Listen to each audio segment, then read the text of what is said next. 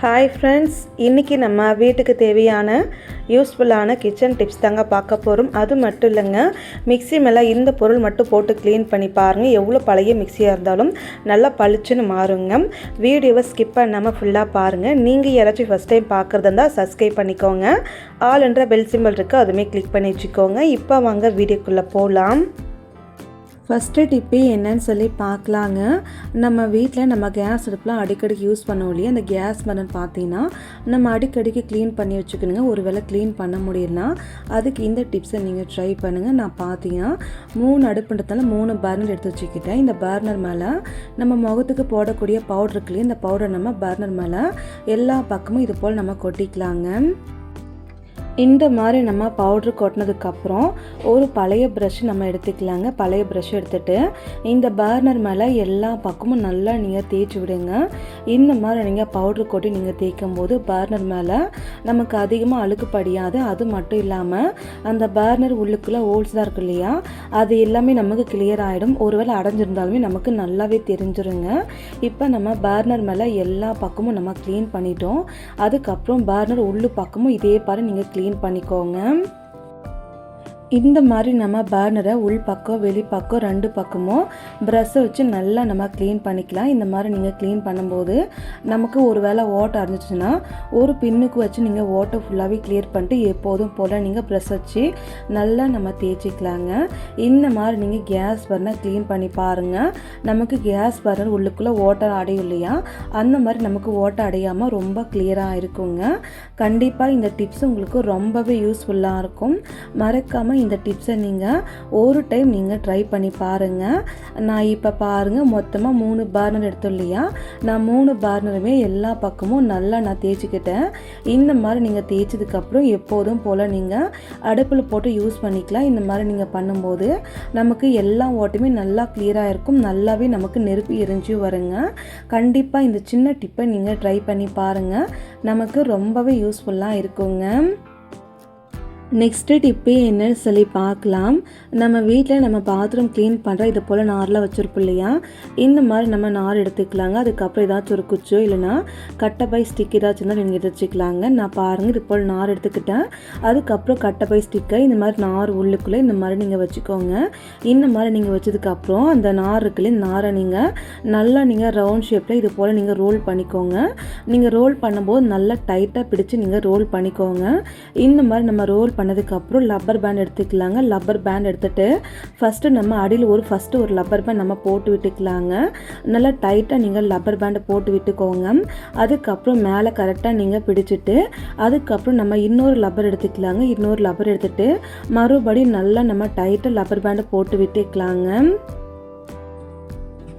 இந்த மாதிரி நீங்கள் ரெடி பண்ணி வச்சுக்கோங்க. இது இதுக்காகன்னு சொல்லி பார்க்கலாம். நம்ம வீட்டில் வாட்டர் கேனு ஃப்ளாஸ்க்கு நம்ம யூஸ் பண்ணோம் இல்லையா, அதை நம்ம எடுத்துக்கலாங்க. க்ளீன் பண்ணி என்னென்ன பொருள் நீங்கள் சேர்ப்பீங்களோ எல்லாமே நீங்கள் சேர்த்துக்கோங்க. அதுக்கப்புறம் நம்ம ரெடி பண்ணி வச்சு இந்த ஸ்டிக் இருக்குல்ல, இதை எடுத்துகிட்டு அந்த உள்ளுக்குள்ளே இது போல் விட்டுருங்க. நல்லா எல்லா பக்கமும் நீங்கள் தேய்ச்சி க்ளீன் பண்ணிக்க முடியும். அழுக்கு எல்லாமே நமக்கு கிளியர் ஆகிடுங்க. இதுக்குன்னு தனியாக எந்த ஒரு ப்ரஷ்ஷு காசு கொடுத்து வாங்காமல் இந்த மாதிரி நீங்கள் ட்ரை பண்ணி பாருங்கள். வாட்டர் கேன் நல்லா க்ளீனாக இருக்கும், பளிச்சுனே இருக்குங்க. கண்டிப்பாக இந்த டிப்பு உங்களுக்கு யூஸ்ஃபுல்லாக இருக்குன்னு நினைக்கிறேன். யூஸ்ஃபுல்லாக இருக்குன்னு நினச்சிங்கன்னா மறக்காமல் வீடியோக்கு ஒரு லைக் போடுங்க. அடுத்த டிப்பு என்னன்னு சொல்லி பார்க்கலாம் வாங்க. உங்கள் வீட்டில் எப்போ நீங்கள் டீ வச்சாலும் சரிங்க, மறக்காமல் இந்த டிப்ஸை நீங்கள் ட்ரை பண்ணுங்கள். ரொம்பவே டேஸ்ட்டாக இருக்குங்க. ஃபஸ்ட்டு நம்ம கேஸ் ஸ்டவ் ஆன் பண்ணிக்கலாம். பால் பாத்திரம் வச்சுக்கலாங்க. ஒரு கிளாஸ் அளவுக்கு மட்டும் நம்ம தண்ணி சேர்த்துக்கலாங்க. தண்ணி லைட்டாக சூடானதுமே இதில் நம்ம டீ தூள் நம்ம சேர்த்துக்கிறாங்க. உங்களுக்கு எவ்வளோ தேவையோ அதுக்கேற்ற மாதிரி நீங்கள் தண்ணி டீ தூள் எல்லாமே எக்ஸ்ட்ரா நீங்கள் சேர்த்துக்கணும். நான் இன்றைக்கி 3 பேர் அளவாக டீ சேர்த்துக்கிறேங்க. இப்போ தண்ணி லைட்டாக காஞ்சதுமே 2 டீஸ்பூனுக்கு மட்டும் டீ தூள் சேர்த்துக்கிறேன். கொஞ்சமாக நான் இஞ்சி துண்டுகள் தட்டி நான் சேர்த்துக்கிறேங்க. நல்லா கொதி வரட்டும். நல்லா கொதி வரும்போது நமக்கு இஞ்சி வாசனை வருங்க. அந்த டைமில் நீங்கள் பார்த்தீங்கன்னா பால் நான் சேர்த்துக்கிறேன். நான் காய வைக்கிறத பச்சை பாலே ஒரு பெரிய கிளாஸில் 1 கிளாஸ் போல் சேர்த்துக்கிறேங்க. நீங்கள் பாலை காய வச்சு சேர்க்கலாம், இல்லை பச்சை பாலாக சேர்க்கலாங்க, அது உங்களோட இஷ்டம்தாங்க.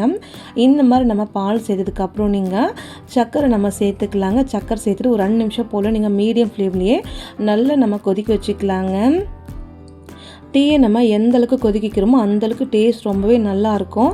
இப்போ நம்ம கேஸ் ஸ்டவ் ஆஃப் பண்ணிக்கலாங்க. கேஸ் ஸ்டவ் ஆஃப் பண்ணிவிட்டு அதுக்கப்புறம் எப்போதும் போல் நீங்கள் கிளாஸ் எடுத்துக்கலாம். அதுக்கப்புறம் நம்ம ஒரு வடிகட்டி எடுத்துக்கலாங்க. வடிகட்டி எடுத்துகிட்டு எப்போதும் போல் நீங்கள் டீயை வடிகட்டி குடிச்சிக்கலாங்க. இந்த மாதிரி உங்கள் வீட்டில் நீங்கள் டீ குடிச்சு பாருங்கள்.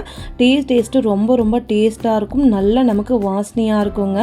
கண்டிப்பாக இந்த சின்ன டிப்பை நீங்கள் ட்ரை பண்ணி பாருங்கள். உங்களுக்கு ரொம்பவே யூஸ்ஃபுல்லாக இருக்குங்க.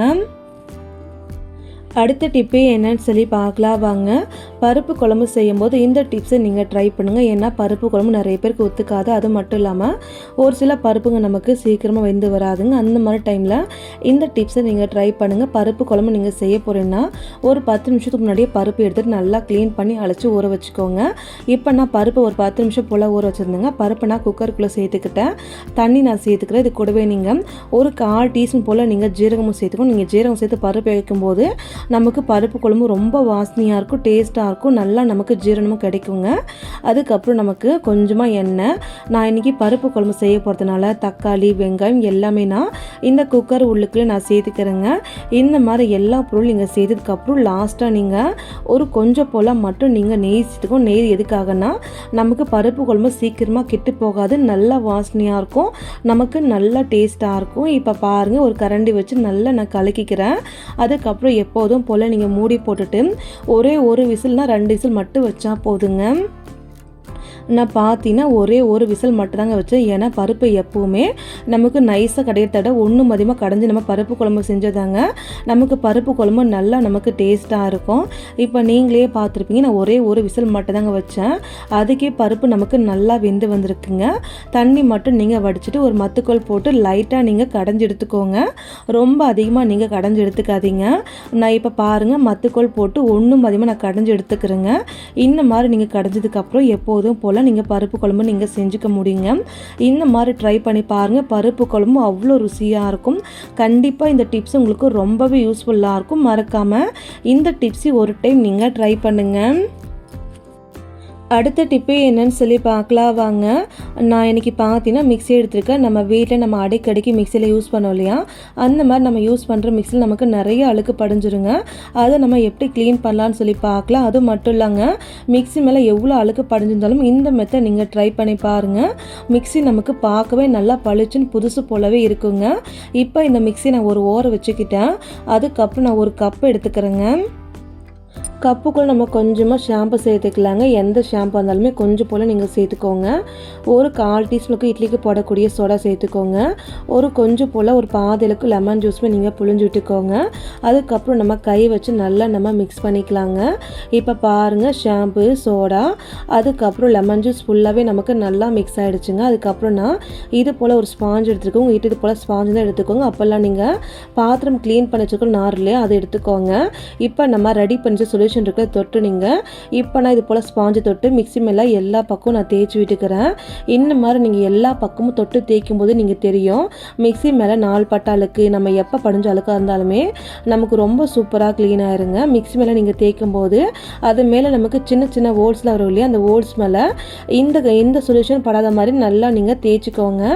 இப்போ நான் இந்த மிக்ஸி ஃபுல்லாகவும் எல்லா பக்கமும் நல்லா நான் தேய்ச்சிக்கிட்டேன்.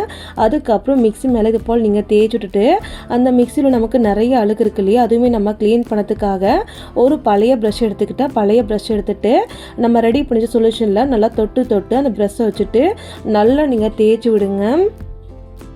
இந்த மாதிரி நீங்கள் பண்ணும்போது என்ன ஆகும்னா அந்த மிக்ஸிக்கு நடுவில் எவ்வளோ அழுக்கு இடுக்கில் இருந்தாலும் சரிங்க, அந்த அழுக்கு எல்லாமே நமக்கு ரொம்பவே கிளியர் ஆகிடும். இப்போ நான் பாருங்கள், உள்ளுக்குள் நல்லா நான் தேய்ச்சி கிளியர் பண்ணிட்டேன். அதுக்கப்புறம் மிக்ஸி சந்துக்குள்ளே அழுக்கு இருக்குல்லையே, அந்த சந்தை க்ளீன் பண்ணுறதுக்காக இந்த மாதிரி ஒரு ப்ரஷ் வச்சு லைட்டாக வெளி பக்கம் மட்டும் தேய்ச்சிக்கிட்டுங்க. அதுக்கப்புறம் ஒரு பேப்பர் எடுத்துக்கிறேன். இது போல் பேப்பர் எடுத்து நம்ம ரெடி பண்ண சொல்யூஷனில் கொஞ்சமாக தொட்டுட்டு அந்த சந்து உள்ளுக்குள்ளே இந்த பேப்பரை நான் வச்சுக்கிறேங்க. அதுக்கப்புறம் நம்ம ஒரு ஸ்பூன் எடுத்துகிட்டு அழகாக நீங்கள் இது போல் நீங்கள் தேய்ச்சா போதும், அந்த அழுக்கு எல்லாமே நமக்கு வந்துடுங்க. இப்போ இந்த பேப்பர் நம்ம எடுத்துக்கலாங்க. ஸ்பூனை ஒரு ஓரம் வச்சுக்கோங்க. இப்போ நான் பாருங்கள், மிக்ஸி ஃபுல்லாகவும் வெளிப்பக்கம் நடுப்பகுதி எல்லா பக்கமும் நம்ம ரெடி பண்ணிச்ச சொல்யூஷன் தொட்டு எல்லா பக்கமும் நம்ம க்ளீன் பண்ணியாச்சு. அதுக்கப்புறம் நீங்கள் பார்த்தீங்கன்னா ஒரு துணி எடுத்துகிட்டு நீங்கள் நல்லா தண்ணியில் நனைச்சி நல்லா நீங்கள் பிழிஞ்சிட்டு எல்லா பக்கமும் நல்லா நீங்கள் தொடச்சிக்கோங்க. நான் அதே ஸ்பாஞ்சு தண்ணியில் நல்லா நனைச்சிட்டு நல்லா புழிஞ்சிட்டு இதே மாதிரி எல்லா பக்கமும் நான் தேய்ச்சிக்கிறேங்க. இந்த மாதிரி எல்லா பக்கமும் நல்லா நீங்கள் க்ளீன் பண்ணிவிட்டு ஒரு ட்ரையான கிளாத் எடுத்துக்கலாங்க. கிளாத் எடுத்துகிட்டு மறுபடியும் நீங்கள் இந்த மிக்ஸி ஃபுல்லாக எல்லா பக்கமும் நல்லா நீங்கள் தேய்ச்சி விடுங்க. இப்போ நீங்களே பாருங்கள், மிக்ஸி மேலே நமக்கு எங்கேயுமே ஈரம் இருக்காது, அதே போல் அழுக்கு எங்கேயுமே நமக்கு இருக்காதுங்க. இப்போ நம்ம மிக்ஸியோட வெளிப்பக்கம் நம்ம க்ளீன் பண்ணியாச்சா? இந்த மாதிரி நீங்கள் க்ளீன் பண்ணதுக்கப்புறம் மிக்ஸியோட நடுப்பகுதியுமே இந்த துணியை வச்சு நல்லா நீங்கள் ரோல் மாதிரி நீங்கள் சுற்றினா போதும், அழுக்கெல்லாம் நமக்கு வெளியே வந்துடுங்க. இப்போ நீங்களே பாருங்கள் மிக்ஸி எந்த அளவுக்கு சூப்பராக க்ளீனாக இருக்குது.